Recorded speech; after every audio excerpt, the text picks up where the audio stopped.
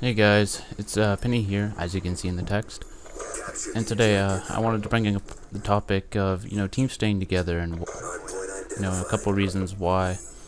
Because you can probably hear a lot of these arguments from other people. They like to argue that by switching around, going and playing with other people, that diversity that they gain while playing with different styles, makes them a better player. And I won't disagree. Individually, yes, you will gain a lot more style and maybe a little bit more finesse in your playing.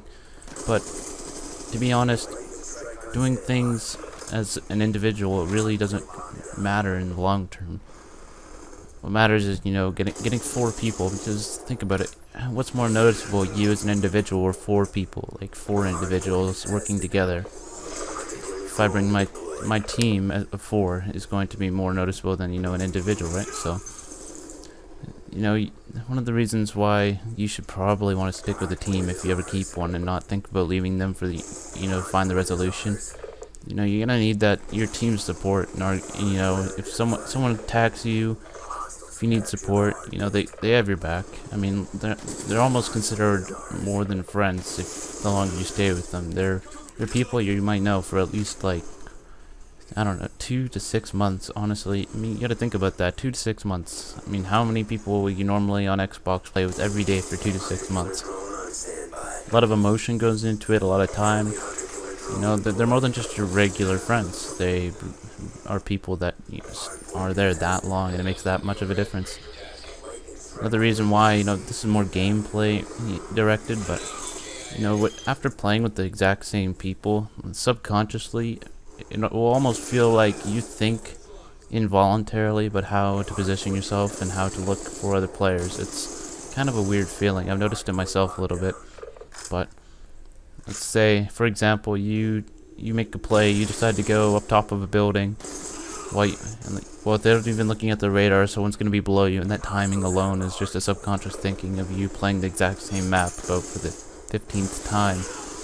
Knowing that, your teammates can be running under that building at that time, that subconscious thinking saves you from having to just make another call-up. It lets you do other things. Yeah. Another good thing about sticking with teams is, when you start off and you decide, hey, I'm gonna go make a team today, and we're gonna have to make our strats. Well, guess what? Your strats are new, and nobody knows them. You can't really practice them until you do it right for the first time. And even getting it right for the first time, that takes a while. It takes like a week to actually get things right. So think about that. Every time you make a new team, it takes a week to get things right. After that, you're just practicing what you've done right, and you have to make sure that what you've done right stays right. Otherwise, you're gonna start doing the wrong thing and practicing the wrong thing. So, you really need to stick together so you're not constantly changing what you're practicing, because practice is awesome. I mean, you need to practice, but if you're not practicing the same thing, you're not practicing. You're just switching it up so much that you can't really progress anymore. I mean, like, if I decide I'm gonna go rush, if I'm like playing arcade and search Modern Warfare 3 and our team strat is to go through the billboard. That's one strat for one team. Maybe that breaks up after a week. Then the next one's like, oh, maybe I go paint. Well, that's different. You're not gonna know how to get through there as well. Not as if maybe you took 2 weeks, did one thing, right? So, move along. If you stick together with the same 4 people, then there's a lot less drama. Because you can imagine, if you're gonna team with the same 4 people, you won't have to make as many enemies, because every time you decide you're gonna disband a team or you're gonna leave, those people on your team, they're gonna remember you, and they're gonna remember your name, and they're gonna say, hey, that kid left my team, or that kid, he dropped me. It will never really be the same. They'll look at you in a different way, and they're not gonna prioritize you as much. If you want to do a tournament, and let's say you make a Sean Abner post, there won't be too many people who will be apt to play with you. They might think, to get revenge, they'll ignore you, and then eventually, after doing it for long enough, you'll run out of your options. It's called burning your bridges. That's the cliche.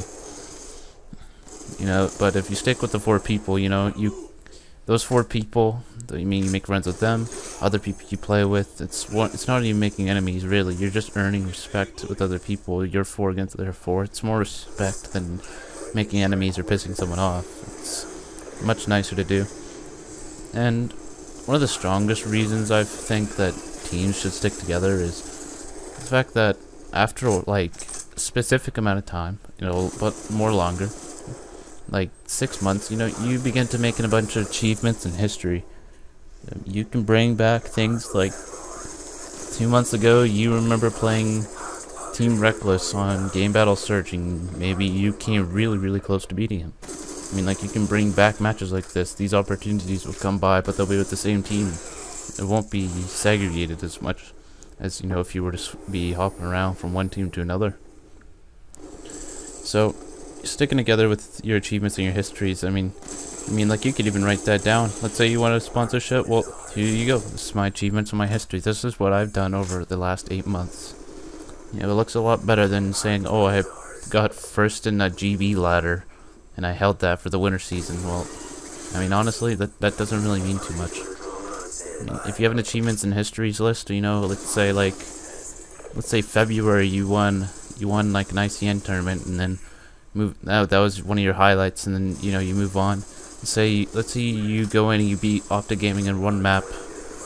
This time, like, it's just like a record. It's like a ledger of your achievements, and it means a lot. It even builds after. It means more, somewhat business-wise and personally. You can look back on that and be really proud of yourself. Even bring it to your teammates. I'm sure they'd love to hear it. Another thing is, teams need to stick together, because any hopes of going to any sort of LAN, other than a local LAN, if you need to travel to go somewhere, you're not really going to get there with a 1 week team. I mean, if you think about it, do you really think a sponsor or anyone who's willing to put out money for you is really going to want to invest that much on a team that's been together for so little? Your tensions could be everywhere. In fact, it would probably be more noticeable for a third-party observer. I mean, you can't just hop around thinking, oh, this could be easy. I got this awesome team. It's been a week. I mean, the first week, it's all hyped, and usually you take what you can get. So, you don't stress yourself to make yourself play any more difficult than you should. So, I mean, that's one of the things that makes you look so good in your first week. I mean, you don't stress yourself when you play. It's different. I mean, like, a sponsor's going to notice that. He'll, basically, if you were to go to a sponsor and ask for that, they'd probably ask you, right, what have you done? You wouldn't really have much. I mean, like, you might say that you personally have done this, but he won't give a shit. I mean, why should he care what you've done individually with other people? It doesn't really matter at that point. Anyways, guys, I think I'm about done with this commentary. It's a 10-minute long game. My score at the end is 50+ kills. I hope you enjoy it. Please like, favorite, subscribe, and I'll see you guys later. Thank you.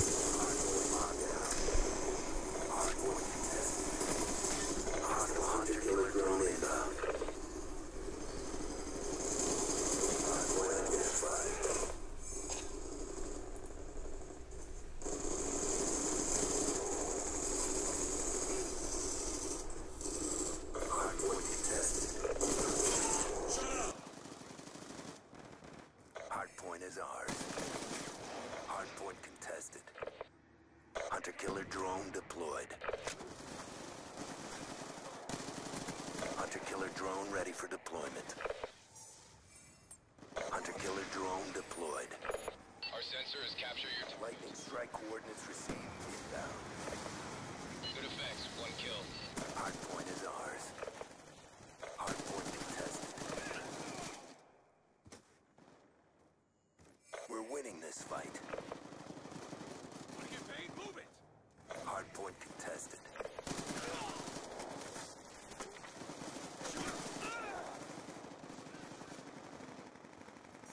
Hardpoint identified. Hunter-killer drone deployed. Hardpoint locked down. Time's almost up. Hardpoint contested. Hardpoint contested. That's another kill.